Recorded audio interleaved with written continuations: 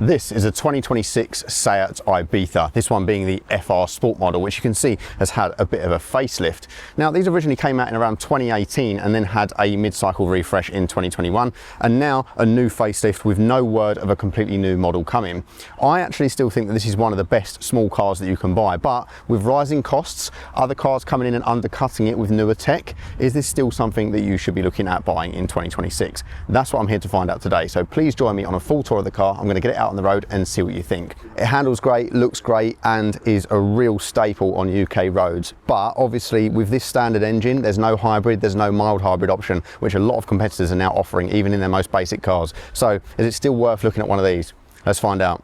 But before we do that, if you're purchasing a used car, you want to make sure that it doesn't have a shady history, and that's where today's sponsor, Vehicle Score, comes in. If you follow my link in the description below, it will take you to the Vehicle Score website or the app here, which is nice and easy to use and get some money off as well. And this effectively will give you a score out of 1,000 based on how good the car is as a used buy. So I'm going to pop in a reg of a car that I've just bought, which I know has a slightly hidden past, and you can see straight away it's come up with some warnings for me. So it scored me 511 out of 999. It shows me what the current mileage is and when it was at the last MOT. And if you do the full history check, this is when you can find out if there's any insurance write-offs, outstanding finance, stolen or salvage records, and also a confirmation that the VIN number is correct as well. It also shows you when the score declines, so when in its ownership has things started to go wrong. So you've got an option to pay on Apple Pay on here, and as I said, you can add my code. So I can see on here there is a few instances of plate changes, which can be a little bit iffy, but it seems as though on this one it is just a private plate that was added at some stage. But if there's any history of the car being sold online and damage history and reports and things like that, it will come up with those too, which is super handy because you can see when a car has a slightly shady past. What are you waiting for? Just in case you'll kick yourself afterwards if you don't do it,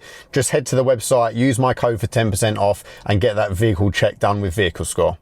So then, the refreshed Seat Ibiza, quite a handsome thing. They've done a really great job with this, I think, and more stylish, I think, and also just nicer in general, in my opinion anyway, to its sister cars, the Volkswagen Polo and the Skoda Fabia. Thankfully now, the trims and pricing are fairly simple too. There's no option packs or anything like that, and all the paints are included in the pricing, which is really nice. This one is a Neric Grey, which is quite a striking colour actually. It's kind of grey in sunlight, but as you can see in this kind of direct sunlight, it goes almost like a bit of a sage green, which looks really nice and modern. It is metallic as well, but you can choose any of the colours for free. It doesn't matter whether it's metallic, flat, whatever, there's no cost involved. There's also one choice of engine in two different power variants. So it's a 1 litre turbo 3-cylinder, which has been present in the Volkswagen Audi Group cars for many years now and is a really nice, talky, thrummy little engine. It has 95 horsepower in the standard configuration and 115 in the top end one that you see here, and available with either a manual gearbox, which is 5 or 6 speed depending on the trim, or the 7-speed DSG that we've come to know and love from Volkswagen as well. The 95 horsepower version will get 0 to 60 in around 11 seconds and the 115 version around 9.7 seconds. On paper, these are supposed to get around 50 to 52 mpg, but in my testing it has been quite a bit lower than that. Obviously I'm not driving it super sensibly anyway, but I've been achieving around sort of 37, 38 mpg. What I will say is that if this had mild hybrid, even not full hybrid, like even if it just had mild hybrid, that would make a big difference, not only to the smoothness around town and away from the lights, but also just increase the fuel economy a little bit, like other big brands are doing. Even Ford are doing this with like the Puma, for example. And then of course you've got alternatives such as the Honda Jazz and Toyota Yaris, which are full hybrid, which achieve easily 60 mpg all day long and are much smoother to drive around town. That being said though, this is a good unit. It feels nice and sporty, it feels a bit more traditional, so if that's your jam, then this is going to be great for you. Trim levels are pretty easy too. The starting price is around £21,000 here in the UK for the SE and SE technology, and it includes full digital cockpit as standard with wireless CarPlay and Android Auto, rear parking sensors, LED lights, and like I said, metallic paint's included. I would say definitely go for SE technology at the lower end because it includes a larger navigation screen with built-in nav and also extra connectivity features. The FR starts around £23,000 and that adds a more sporty look, which includes 17-inch alloys, a sharper exterior styling at the front and rear, sports seats which are really good, full LED lights which make a big difference in terms of the appearance of the car, and also a slightly firmer of suspension feel, so you might find it's a little bit less comfy than some rivals. I would say though that the FR trims are the most popular in the UK and always have been, just because that's kind of the point of the Seat range. It's a bit more sporty than the Volkswagen and Skoda alternatives. So the top end one I have here is the FR Sport, which includes these really nice upgraded alloys, which are going to be a little firmer on the road and obviously more expensive tyres, but it has premium upholstery and extra driver assistance tech as well. This one is around 26 grand though. It's also worth looking at stuff like the i20, the Renault Clio, Peugeot 208. There's lots of great options at this sort of price point, but I definitely think that this is one of the better ones. And also with big players like the full Fiesta gone, this definitely earns its place as a bit more of a traditional hatchback on the market with a normal driving feel. So let's take a little look around the car then. What you'll notice is that this front end has been completely revised for the 2026 model year, and it's got a new front grille, new bumper, and obviously in this FR Sport trim it is more aggressive than some of the other styling packs. So you've got these kind of vents down here, which are actually functional by the way. As you can see through them. They pass the stick test. And down here you've got the radar built in, and then the Seat badge front and centre. I'll also show you some clips with the lights on, because these full LED lights definitely make the car look really good on the road, and also have the turn signals integrated as well, so your indicators change on there. And yeah, this colour I really like as well. It's definitely quite modern and makes it stand out from the older Ibizas. And then as we head down as well, obviously on this trim we've got these nice 18-inch alloys which really do look the part. They've got a kind of slightly diamond cut finish to them, but they've also got quite a lot of sort of a matte finish. It's like a metallic paint on them, which is really cool. And then it's got the same body stance pretty much as it has for the last few years. I mean, nothing's really changed with the Ibiza for nearly 10 years now, but it is still quite a looker, isn't it? It still looks sporty, still looks pretty aggressive on the road, and it has some slight refinements to the rear end as well, as you can see. So this one, we've actually got some exhaust fakery down here, unfortunately, so that is not real. It's built into the bumper on this FR trim, but yeah, it's still looks pretty good, to be fair. And you've got LED rear lights which make a difference, and then the Ibiza badging, and of course the flip badge for entry to the boot as well, which is nice. But yeah, I think it still looks the part even all these years later. Obviously the little nip and tuck here and there definitely help as well, but it's just one of those cars that I think has really stood the test of time. And even the older Ibizas, to be fair, still look pretty good today. So it's one of those cars that I think, you know, you could buy now and still in 10 years time it's not going to look too outdated, which is always a good thing. Those lights, I do think it looks really good. I think those running lights really set it off as well, and it's just got quite a modern front end, isn't it? It's quite sharp. I think the styling is fantastic. It looks quite a lot like the sort of like the Cupra Ateca and stuff like that as well. So yeah, I just think they've done a pretty good job. And also the side mirror indicators, they are full length, which is nice. They could do with kind of a brighter option in my opinion, but it's still decent that they're like that. And then if we go to the back, unfortunately we don't have dynamic indicators on these models. They are just the standard sort of halogen ones, but as you can see, these LED rear lights also do look the part. I think they're a really nice addition, and again it just makes it look more premium. And these LED lights all round are not on the sort of very bottom end trim, so I think you do sacrifice quite a bit of the appearance by not having those, so just something to bear in mind. But obviously, especially on the used market, the FR seems to be the most popular and you get some good deals on them, so it's worth looking at these rather than the lower end ones, I think. So heading inside the Ibiza, it's just got a touch sensor for the keyless entry on the higher end models, and then it's got the little sensor on the end of the handle there for locking. Open it up and it's a fairly solid feeling door, to be fair. It feels pretty good, and the materials in this one are quite nice. So this being the FR Sport, you get this kind of like nice fabric material on here. It's like quite a tough fabric, like quite a hard wearing feeling material, but it's got this kind of silver look to it, which is really nice.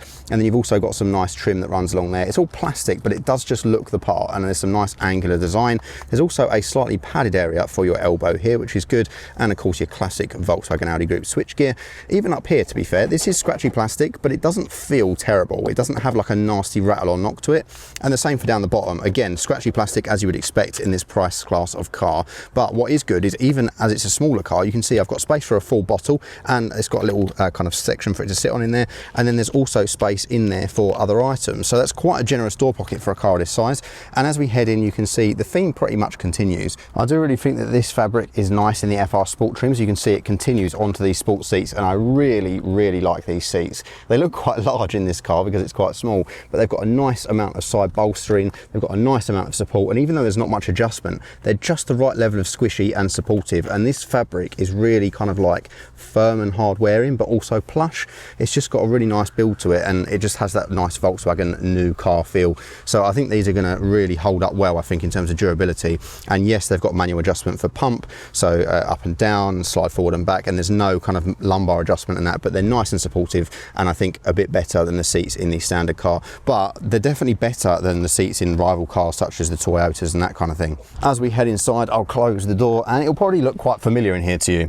This is pretty much the same layout that the car has been for the last 10 or so years, but it's just had a little bit of a facelift here and there. So if I put my foot on the brake, the engine stop button is down here. Press that and the car will fire up into life and the two screens will come on. First thing you'll notice obviously is the kind of the virtual cockpit display here. So if I zoom into that for you, you'll see that this is pretty much what you've come to expect on all Seats and Cupras and stuff like that over the last sort of 10 or so years. I think this is personally nicer than the Volkswagen system. I think this and Cupra obviously, and also Skoda, are the best in the business.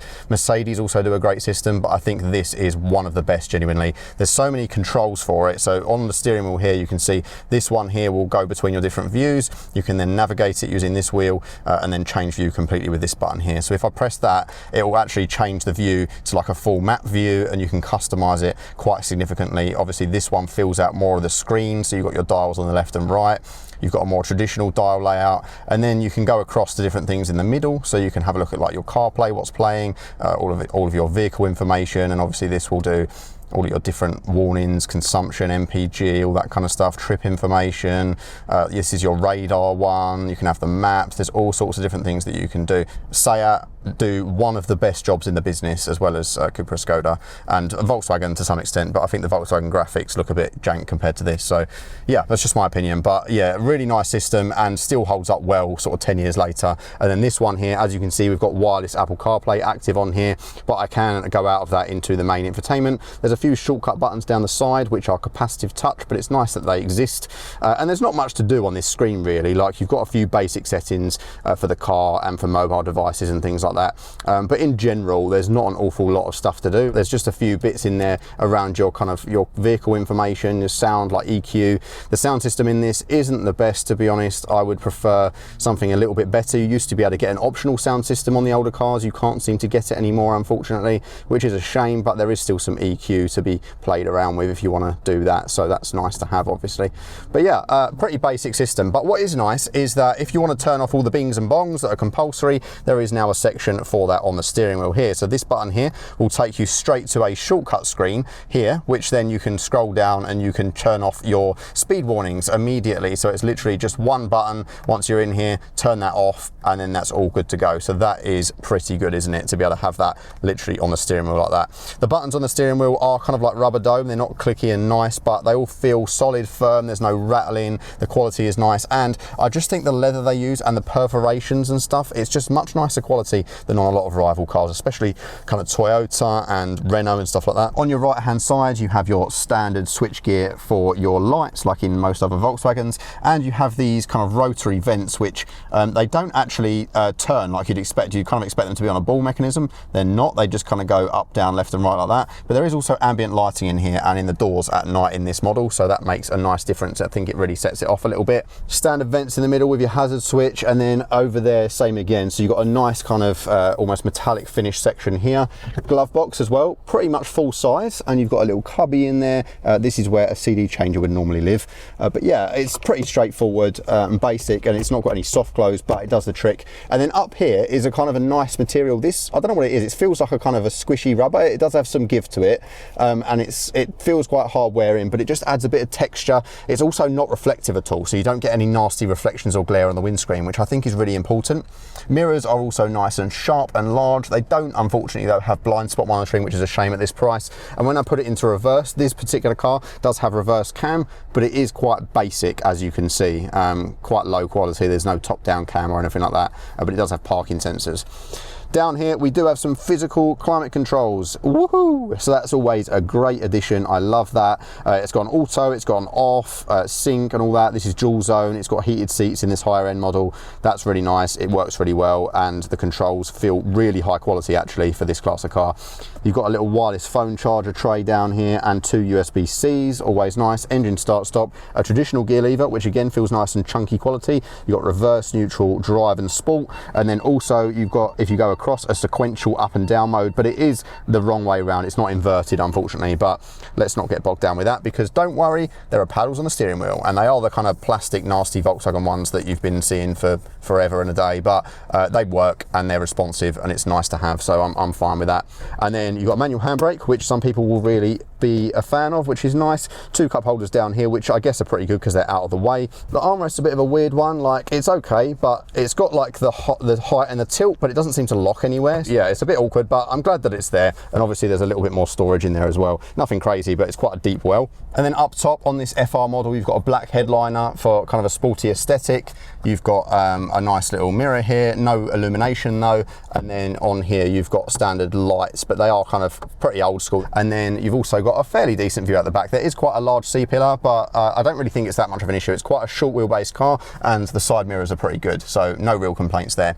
I think overall the actual quality in here far surpasses that of many rivals. If you can look past the engine choices, then I think this is going to make a lot of people really happy. And if you're more of a traditionalist and you kind of want a normal engine and not a hybrid, then this interior is probably going to match that feeling as well. And heading into the back of the Ibiza, things are quite nice back here as well. Again, a fairly generous door pocket, which is always good. You don't get the same plush material on the armrest back here. It is a horrible scratchy plastic that's kind of made to fake look like that, which is a bit of a shame, but you do have tinted windows on this one. And then you can see there is a large transmission hump in the center as well, so that is not going to be ideal for middle passengers, but it is what it is, right, in a smaller car like this. Rear legroom isn't as terrible as you might think. It looks a little bit rough based on the shape of the seats, but when I hop in, you'll see it's actually not bad. And I do, again, like these FR Sports seats. They just look really nice. And you've got adjustable headrests. You've got Isofix, which are kind of the squish between the leather kind. It'll work okay, but I think eventually these might start to wear and look a bit tatty, but at least you've got no covers to lose, right? So that's always good. No center armrest though, unfortunately, or any special features. So nothing too crazy back here, but a fairly sloped seat, which is always nice for leg comfort and thigh support, especially in a car that's fairly low down. So they've definitely thought about some of the things back here, and yeah, interior just looks pretty good, doesn't it? So stepping into the back of the Ibiza, and you know what?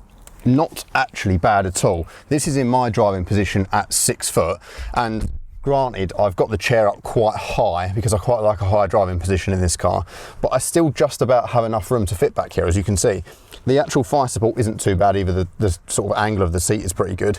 And yes, I could have a little bit more, but obviously sitting behind myself at 6 foot, it's kind of fair enough, isn't it? And actually, I've got probably like maybe 2 inches of headroom as well, so not too bad really. I can also rest my arms. There's no center armrest, which is a shame, but in a car of this size and class, it's not really the end of the world. The only thing I would say is obviously this massive transmission hump in the middle means that it's pretty much impossible for an adult middle passenger, so that's definitely not going to be worthwhile. The car's quite narrow anyway though, so you probably wouldn't want to do that. Even in, this is a comfortable position for me as a passenger, which is actually probably an inch or two forward. So actually I've even got enough room to stretch out a little bit there. So yeah, for a small car, this really isn't bad at all. I'm quite impressed. So the tailgate is manual release with the Seat badge, nice and easy. No power tailgate, but it is nice and light to use. And this one comes with a sort of a solid parcel shelf that is actually pretty easy to remove as well. Just got 2 poppers, pop and pop, and then give it a tap. Out it comes. So pretty easy and straightforward, and there's not really anywhere specific to store this, but you could probably pop it sort of sideways down in the car or whatever, or obviously remove it completely if you want to fill the space a bit easier. With the parcel shelf removed, you'll see that we've got a fairly practical space here. The FR version has this adjustable floor, so you can see here there's actually 2 levels. I can raise this if I want to make it a flat load floor, and this one also has a cargo net installed, which is an optional accessory, which is pretty good. You've got a 60-40 split here, so it's nice and easy to reach in and do that. Put those seats down, so that goes down like that. This one goes down much the same, And then as you can see, we've actually got a carpeted area that goes up, or I can adjust the boot floor so that it's flat. There is a large load lip, as you would expect. Obviously it needs to be a bit of a deeper well, but it's a pretty generous space. There's not much in the way of features. There's a little hook over here. There's also another hook over here. There's some carpet access points to the bulbs and a little bit of illumination there. Obviously this cargo net does help. And then under the false floor, we do have quite a deep well, to be fair. So you can get your tyre kit in there and all that kind of thing. And you can get a spare wheel in there if you want to. It is designed for that with some sound deadening, but it's not got the fancy features like the Ford Puma where you've got like a drainage well and stuff like that. So you can just raise this floor to make it easier to load longer items. But yeah, fairly practical space, and obviously because it's a fairly square hatch as well, you can kind of get taller items in there, so it's not too bad. And then if we head down to the side, you can see that it is quite high, unfortunately. Like, that's the only thing. So there's quite a steep slope on that. So if you're loading larger items, you might end up with a bit of a gap in the middle. It might end up being a bit of an issue for you. So that's just one thing to consider. But what is nice is that the seat belts do have little kind of clips that you can put them in so that they don't snag. So it makes it easy to put these back up with one-hand operation. Right, manual handbrake off. Let's get her in drive. Let's stick her in sport mode, because why not? And let's go for a rip. Whoa, it hooks up nicely. There's no wheel hop or wheel spin, and there's 60. That's not bad at all, actually. It feels quicker than it suggests on paper, and in sport mode the gearbox is fairly responsive. Obviously it needs to work with the peak torque of that 3-cylinder engine, and it is quite punchy and torquey, but you have to get it in the right rev range, and you do hear a nice little bit of induction sound as well for the sporty driving. In terms of the manual gearbox, yeah, it's quite responsive. Third gear up into fourth. Yeah, I mean, you do feel it kind of change a little bit, which is unusual for a DSG, but again, it's because you're trying to keep it within that threshold, so I kind of understand it.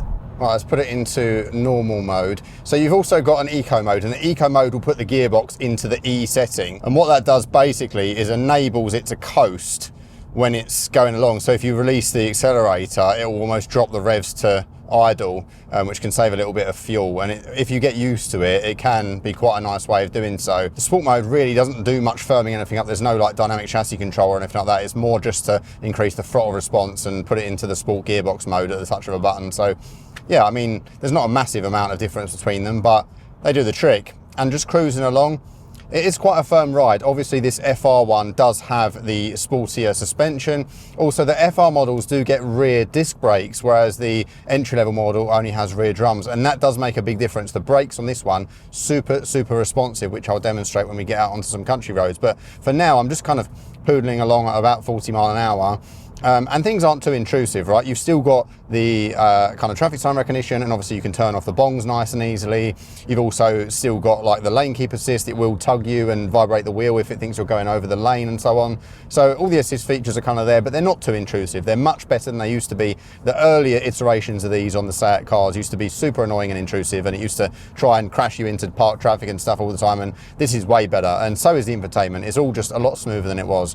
And this does feel like a nice analog car experience. It's got a lot more of a dynamic feel to it than a lot of modern cars, and that I think is just partly due to the fact that it is a bit more analog, you know, that traditional engine and that traditional gearbox rather than these hybrid systems. The downside, however, obviously is it's not as smooth around town. Obviously, like if you want to put your foot down, you've got to wait for the kick down. There's no electric motor there to help you out, and it's kind of the same if you're like off the line, you're pottering around town, whatever. You don't feel that kind of instant torque, like the car has to build the boost and that kind of thing. So it is more of a traditional car feel, and obviously the fuel economy suffers for that as well. I've been averaging, like I said, about 38 mpg on this run, which isn't terrible at all. It still means you'll get about 400 miles to a tank, but it's by no means great economy when there are cars easily achieving 60 plus mpg now. And when I say it's a firm ride, I would say by no means uncomfortable. It's just a little bit more fidgety than, you know, if you want something really smooth, you want like a Citroen C3, for example, that's just like buttery smooth in comparison to this. But this is more geared towards a sporty driving experience, a bit more engagement. And that's what it delivers because of that firmer suspension on the FR models, I think. And this seat is lovely. I can get a great driving position. I like to have my seat quite high, even in smaller cars. And this is great for that. I've got decent support for my long, gangly legs, even at 6 foot, no issues at all. So I'm pretty happy with that. And it's just the right firmness. The side bolstering's really nice. It's just got that sporty feel, but it's still plush enough that you could live with it day to day. And it's the same with like the noise isolation in here. It's not the best. I can hear a fair bit of road noise. Obviously these are the larger alloys, so the smaller ones would be better at that. Thankfully not too much wind noise from these pillars or anything like that. Like, things generally feel really solid and nice in here. Even though it's not the kind of the top end Volkswagen stuff, it still gets that same treatment, which is always a positive. And I think, you know, if you want something a little bit more interesting than a Fabia or a Polo, then this is a really nice bet for that. I really like the ergonomics of everything. I like the way everything's laid out. It is a bit small for me. Like, I can just about rest my elbows for a cruise, but it's at a push. But everything's within reach still, even at my height, which is really nice. A lot of small cars I get into, they're kind of geared towards people that are smaller than me, and it means that I'm really uncomfortable. But this, I can still reach the screen and all that kind of thing, even though I'm sitting quite far away. Gearbox is lovely and smooth as well. Obviously the 6-speed manual, for example, is going to be more engaging if you're into that, but this is really nice for your day-to-day. And you do get a nice little bit of induction sound as well. It's a nice thrummy engine, but it just is missing that mild hybrid. I'd say, like, if it had mild hybrid, it would be a much more complete package. Right, what I'm going to do now is I've got it in the sport mode, and I'm going to send it round this roundabout quite hard and see if I get any major understeer. Actually, it's gripping really nicely. Yeah, that's all right. It grips and pulls you in with that front wheel drive nicely, and surprisingly it puts the power down quite well on these standard tyres, which is nice, because sometimes in cars like this you get quite a lot of understeer, or it starts to wheel hop or get a bit weird. But yeah, unless it was really wet, I don't think you'd have any issues. It does just hook and go, which is nice, and it's quite responsive. If I just put my foot down, it takes a second, and then you're straight away in peak torque and the engine delivers. It's not rapid, but it's certainly faster than it appears on paper, which is obviously a blessing, and just makes it a nice experience to use day to day. I'm going to keep it in sport mode, and I'm going to just do a little bit of country road bashing, tiny little bit of understeer through there, but nothing crazy. And in the peak torque range, it's nice. This car handles really, really well. It feels nice in the hand as well.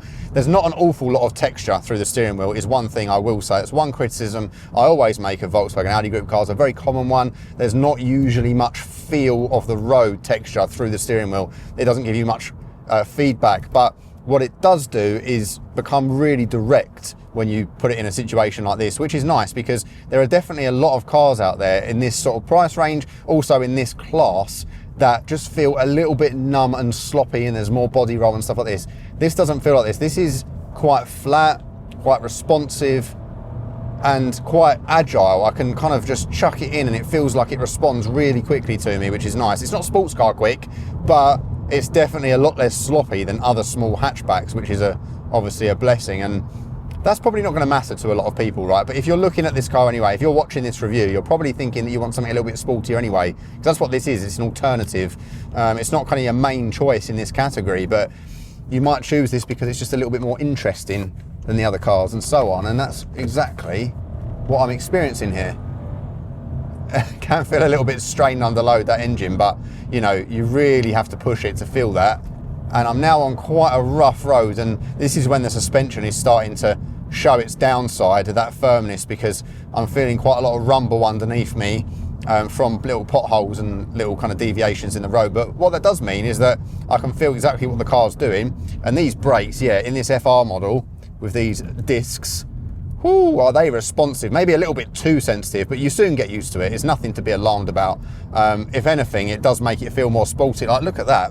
Oh, yeah, it really does grab, which is quite reassuring, because that's one benefit of a car like this. In hybrid cars, the hybrid braking system, because it's using a lot of regen, it often feels a little bit spongy, a little bit unresponsive, whereas this will just hook up and bring you to a stop in an impressive distance, which is obviously, from a safety perspective, what you want, and also from a sporty driving dynamic, what you want.